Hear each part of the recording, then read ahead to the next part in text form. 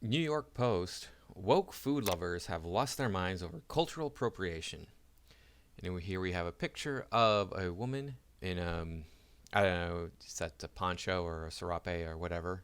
And it says after Mexican cookery writer Diana Kennedy died last month, she was criticized for cultural appropriation. Jamie Oliver, top right, and Eric Rippert, bottom right, were also blasted for dishes that weren't considered authentic. Hello and welcome back to my channel. Please remember to like, comment, share, subscribe. Make sure that you're still subscribed. You can find me over on Rumble and on Twitter. And thank you for stopping by. I do appreciate you supporting my work. So this is another indication of how insane the world is becoming. More woke stuff to talk about. Let's dive into this article here. When Kermit the Frog found El Slizo Cafe, a stereotypical Mexican joint in 1979, the Muppet movie, he nervously muttered, "Foreign food, but a man's gotta eat. Never mind that the house special turned out to be frog legs." Such a scene today would go straight to the cutting room floor and the creators exiled to Cancelville. Yep, maybe even exiled from life. Once upon a time, it was permissible to make lighthearted fun of cuisines that were unfamiliar or exotic to film audiences, and it still should be today, but it's not, apparently. In today's unforgiving and witless world of indigenous cuisine purity, good-natured jokes are strictly verboten. Worse, just about any dish not from Western Europe that isn't cooked by a native-born chef is either a fake version of the cuisine or a wicked ripoff of it, or both. Yeah, I'm a pretty good cook, so I feel their pain. Tinkering with a country's traditional way of making noodles is equated with cultural annihilation. Borrowing another nation's kitchen traditions is the same as colonial pillaging and profiteering. Really? That doesn't seem harsh enough. I thought that adopting another country's cuisine here in the United States was akin to raping all of their unborn children simultaneously. Despite spending years in Mexico and becoming an authority on the nation's cuisine, Kennedy's obituary made conspicuous note of her whiteness and Britishness, of course, because she's clearly evil if she's white and enjoying another country's cuisine. British chef Jamie Oliver is so worried about offending people with his food, he's actually hired cultural appropriation specialists to approve his menus. Yeah. Coward. I wouldn't do it. Am I exaggerating? Ha! The death last week of cookbook writer Diana Kennedy at the age of 99. I think she knew what she was doing as far as food was concerned. She lived a long time. Regarded as the world's most knowledgeable expert on Mexican cooking. Oh no, she can't possibly be because her skin is the wrong color. Put the issue squarely on the table. She never reckoned with her authority over Mexican cuisine as a white British woman, the New York Times asserted, as if Kennedy had strip-mined the country's farmland on orders from the Queen. The Los Angeles Times, too, noted that frequent charges of cultural appropriation leveled at Kennedy had left her with a tainted legacy. So if a non-Mexican celebrates that nation's culinary bounty more lovingly than anyone else, it is grounds to communicate her from the respectable world of gastronomic appreciation. Yeah, I mean, it's grounds probably to just kill her outright. I'm not saying that I want that. I don't think that she did anything wrong at all, but I think that that's what the woke think. Mexican dishes such as esquites must always be called by their correct names. One food writer fumed after seeing it referred to as Mexican street corn salad on TikTok. But is it Mexican street corn salad? You know? Yeah, she must be excommunicated. I think they want a lot worse than that. And they want you to suffer. As the indigenous people have suffered because you did all the bad things that ever happened to them. It's your fault. The cultural roots of Latino foods are being scrubbed away on TikTok. Food writer Angela L. Pagan, fitting name for her, fumed on the takeout.com on July 28th. The social media site needs to stop messing with Latinx dishes, such as esquites, she says, which should only ever be called by its rightful name and not described as anything else. Can you please describe esquites? I don't know it's a word that I don't know. Maybe if you described it, you would call it Mexican street corn salad. Seems to be rational to me. On TikTok, as well as just about every recipe blog on the planet, esquites is promoted as Mexican street corn salad. Okay, Pagan complains. Yeah, what's wrong with that? Yes, the dish itself is a street food from Mexico, but it does have a name and did not need a new blander one. You don't call spaghetti Italian sauce noodles. You would call it Italian sauce noodles if nobody was familiar with it.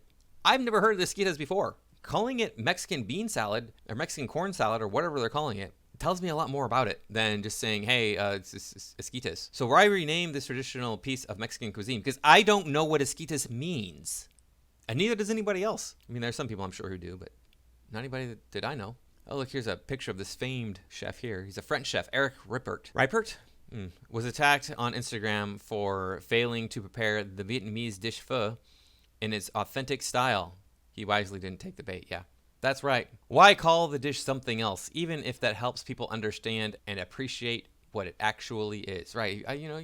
Call pho Vietnamese noodle soup. That tells me more about it than just calling it pho, right? I've had pho. It's good. You should have it. If you've never had it, have it. It's good. All right, let's see here. Meanwhile, Korean-born cooks who were adopted into American homes are taking heat from other Korean Americans that their cooking isn't Korean enough. The New York Times reported on July 31st. You don't use much kimchi, then don't call it Korean. Cuisine can be based on a culture's food and then be called that culture's food. It might not be authentic. I mean, we understand that. It's not authentic Mexican food. It's not authentic Korean food. It's Korean food, though. Just for expediency's sake. It's just so ridiculous. So ridiculous. We're just going to make up a new name for everybody's version of the dish that they're making. It's from a foreign country.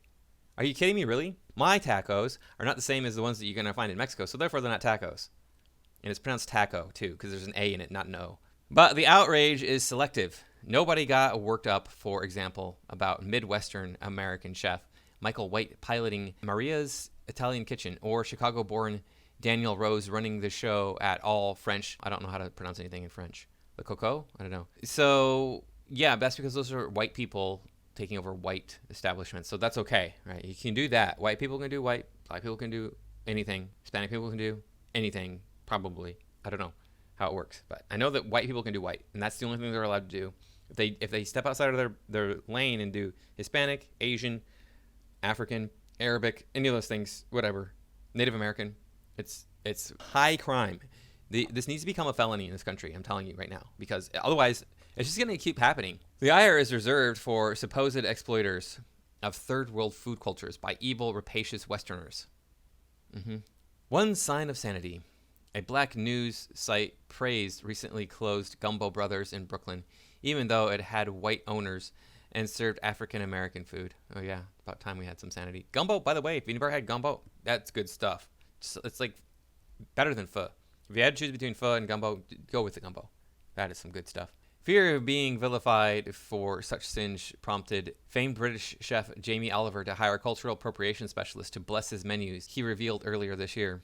Oliver had taken a beating because his punchy jerk rice didn't include all the traditional Jamaican jerk marinade ingredients, as he told the Sunday Times of London Cultural Magazine. Your immediate reaction is to be defensive and say, for the love of God, really?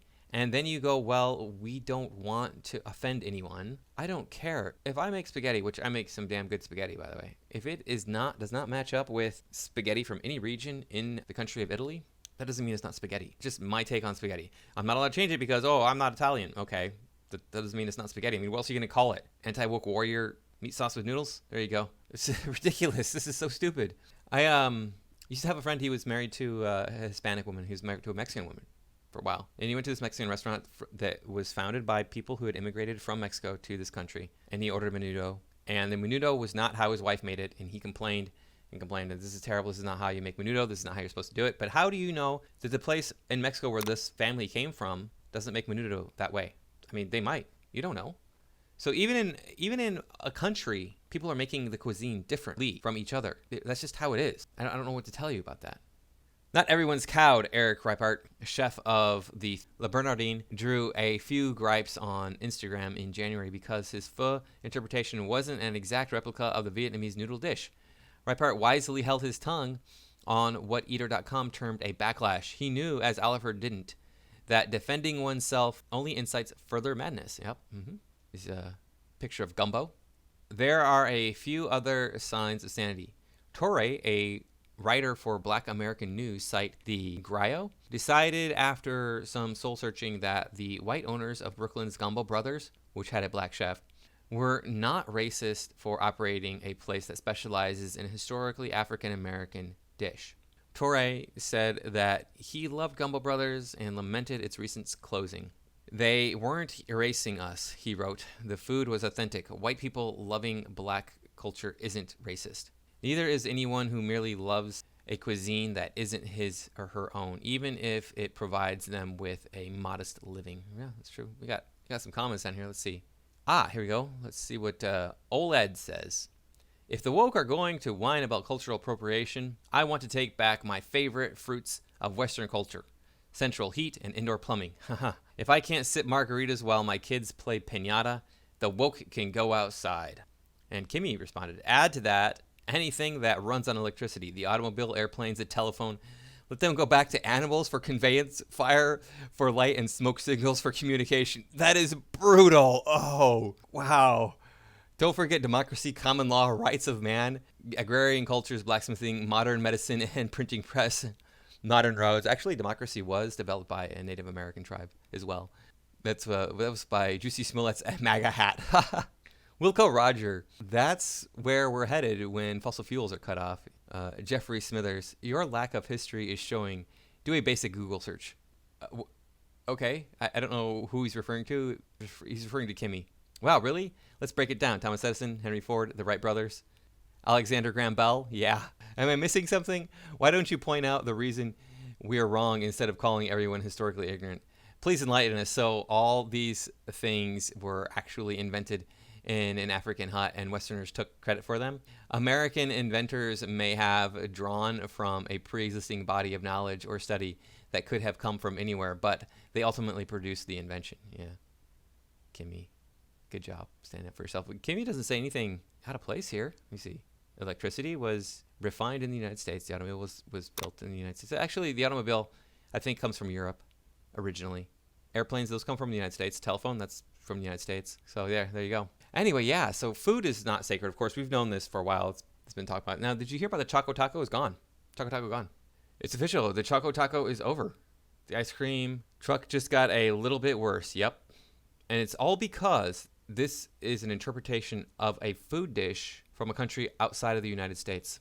Ridiculous. Ridiculous. Who cares? I mean, seriously, this is the hill you're going to die on. Taking away something that people love, that helps this company produce a quality product and brings people comfort and joy. Really. That's what just because oh, the taco was invented in a different country and you're not allowed to do that because you're evil whitey. You got to be kidding me. So outrageous. I'm probably going to have to make my own Choco Taco. Yeah, that'd be awesome. So anyway, thanks for watching. Please remember to like, comment, share, subscribe, and I will see you in the next video.